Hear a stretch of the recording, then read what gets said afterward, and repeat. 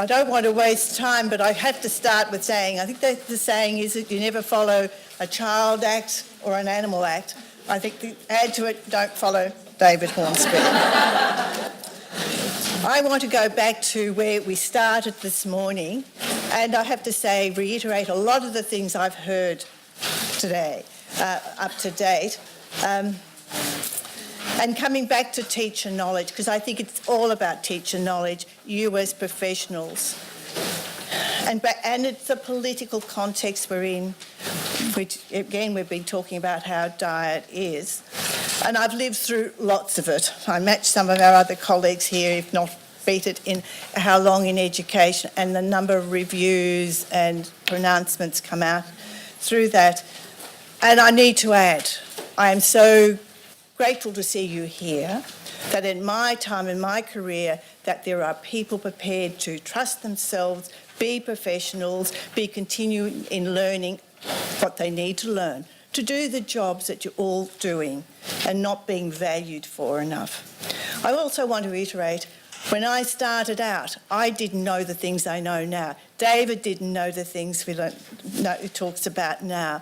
We've been learning over the years. I did do infant teaching in the days we had infant teaching, and I learned about the importance, not of literacy, it wasn't around then, but reading and writing. I think it was language arts and language education and things there.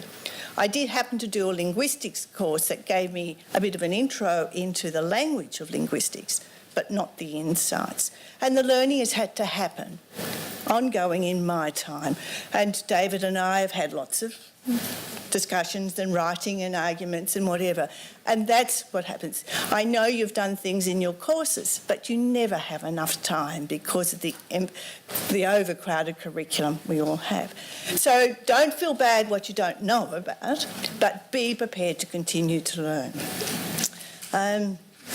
And I wanted to emphasise, I have to put my glasses on, I hate having to do that, that I continue to be dismayed and amazed, I suppose, how the politicisation of the teaching of reading in particular, and with that emphasis on phonics, because we've worked so many years and we thought we'd made it explicit about the value of phonics, that it is important, but its place in the curriculum. And we still have, and I suppose I have to say, find it galling, that many non-educators, politicians and other professionals, such as psychologists, speech pathologists and program developers, feel the need, if not the right, to propound and in some cases dictate how teachers should teach literacy. I just find it appalling. But that's the state we're in, isn't it, in a way there? And as Paulo Freire way back said, education is never a neutral process. And we have to keep coming back to that. It's a political process.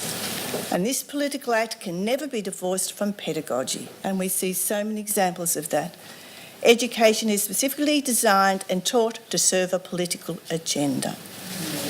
And we all have different political agendas and we're from different perspectives. And we could start theorising about where other people are coming, or some of these other groups are coming from. But I think it's important that you understand that and where you fit into that. And that's where I'm hoping that you continue to feel confidence in yourself, trust yourself, be empowered, have a voice, because it's your profession, it's your vocation, you're working with the children day in, day out. The quote I used to use, but since I'm not in this space of talking all the time, my old overheads and things have disappeared. But it did say that literacy, I think, was the pistol or whatever else in this whole process. I couldn't find that particular quote. But literacy is the heart, as we know, of education. So literacy is going to be in the gun, if you like. I hate using those war terms, but anyway. I have to accept, though, that the people who believe in the explicit synthetic phonics and those who are writing different materials are coming from a different paradigm, which makes our life very difficult because they cannot see where we're coming from. We don't seem to get a level platform. But I think it's important for you to stop and think about, where are you coming from?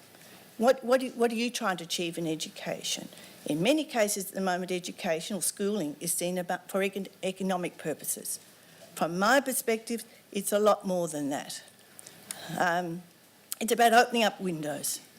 And I have, if I get there, a wonderful, which I can thank Ailey for many years ago.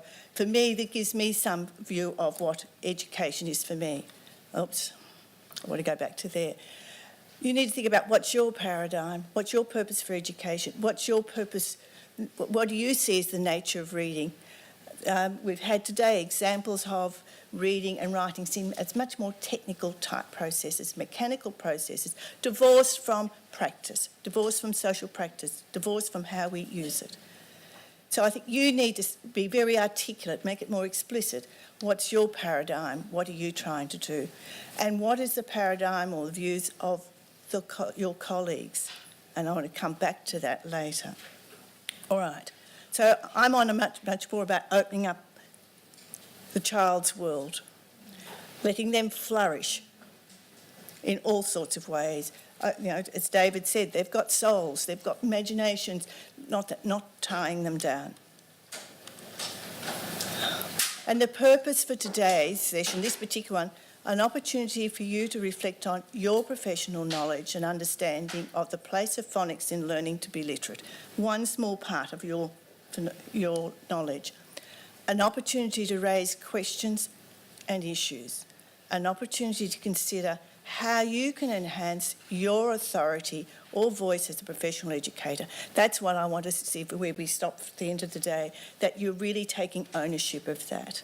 Now, some of you might feel empowered, but I know there's a lot of teachers who don't, who feel quite demoralised. And as David and others said, they end up picking up a program, or they let what's happening at the school dictate what they're doing. And I'm at the stage of being concerned about what happens with my grandchildren too. And my granddaughter's just started school, and I'm seeing a letter a day coming home. And when her mother asked her how were they meant to support her reading at home, it was the standout words. So I've got a lot more education to do there. But anyway. So I wanted to just briefly review the teacher knowledge regarding phonics. David and others have done so much in that area, and I think already highlighted the importance of you having explicit knowledge of phonics, not necessarily children, and review the implications for teaching. But you've done a lot of that, and I'm conscious of time. But I particularly want to get to that we have some time for discussion questions.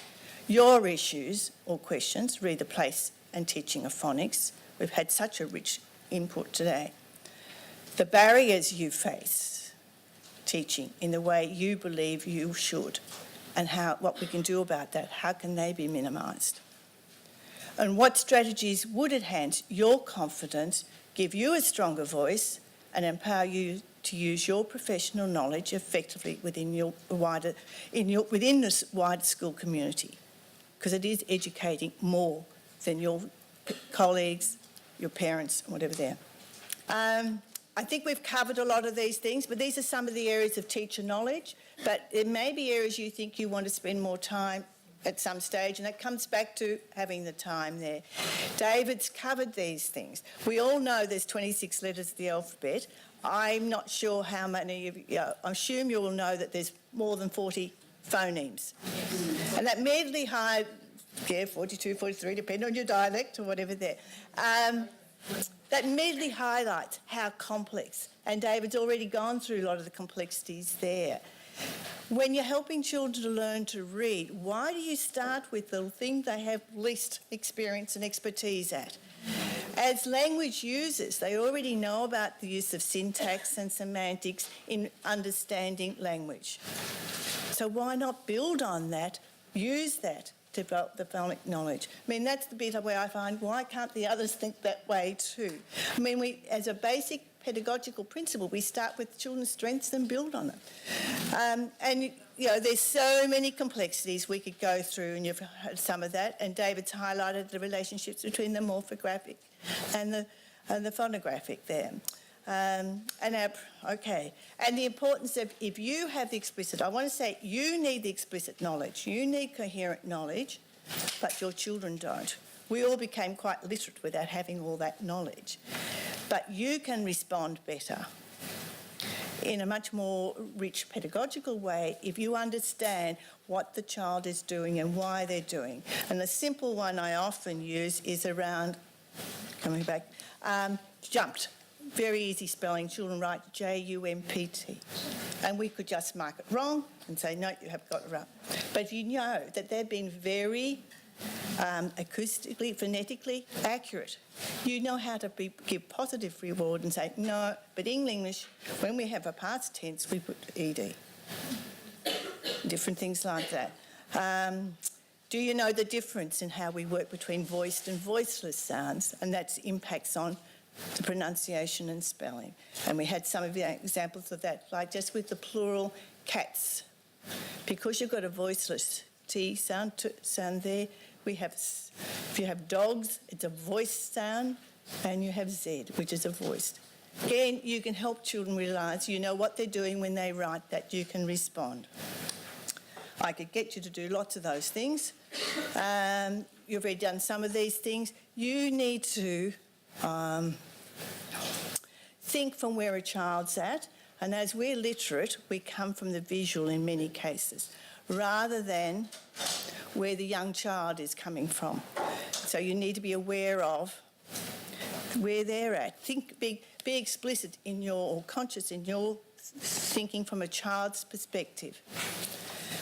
And when I often ask people how many sounds are in some of those words, they don't always get it right. I'm sure you will. But, you know, if you take the word giraffe, how many sounds in giraffe?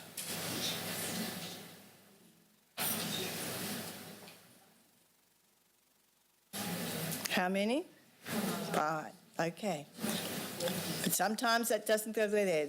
I won't go through all of them. But if you could go through, we did have a handout. I don't know if it's there. You could test yourself, go through those things. Which words end in a consonant phoneme? In the list there, pencil, baby, a skein of wool, June, relay, below. Which word ends in a consonant sound?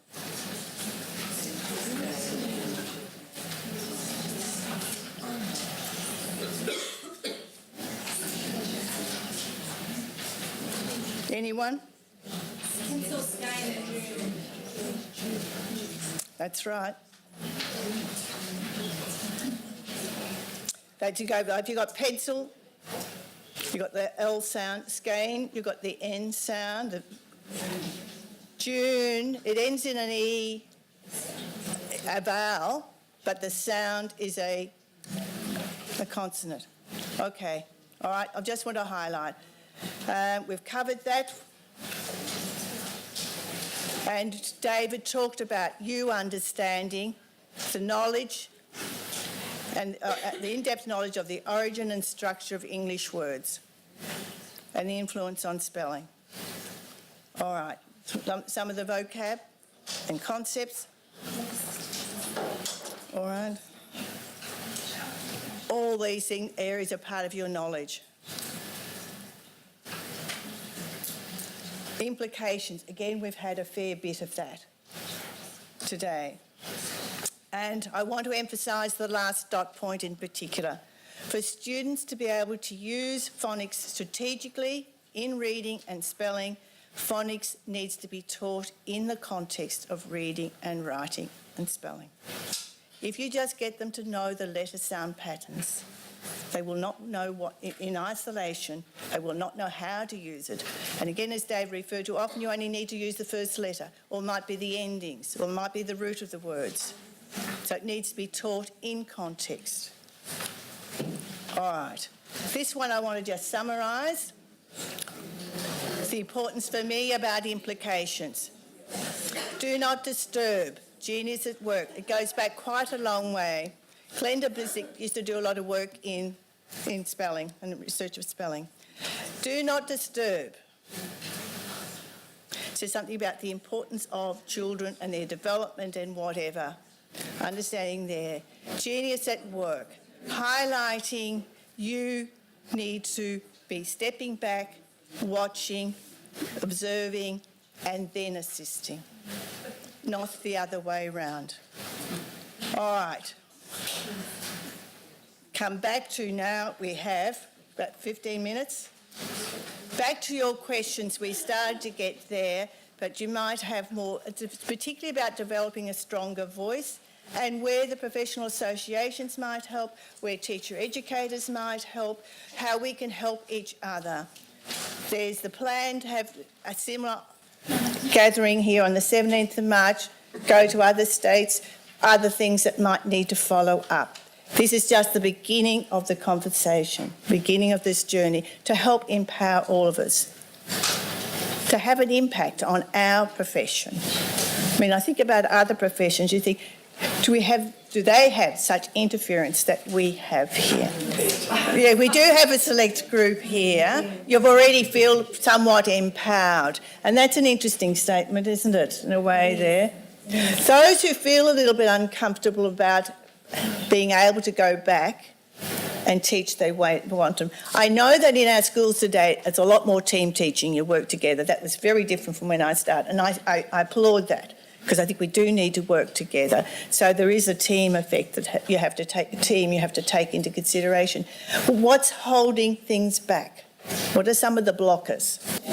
To me, it seems we need to be double-pronged, working with teachers like yourselves, developing their knowledge and voice, but also working with leaders and administrators to help them realise more about the paradigms and what their role as leaders should be to help and guide rather than just take from above. In supporting us to work with leaders, some of us are in a role where we can have influence. Yes. How are you comfortable for us to use some of your presentation aspects? Sure. Today, you're happy for us to share that? Certainly. We're all here for the greater good, well and truly. Yeah. I think I should stop on this at this time and see where Robin wants to go, because I am conscious that we're finishing at 1. Thanks, Marie, very much.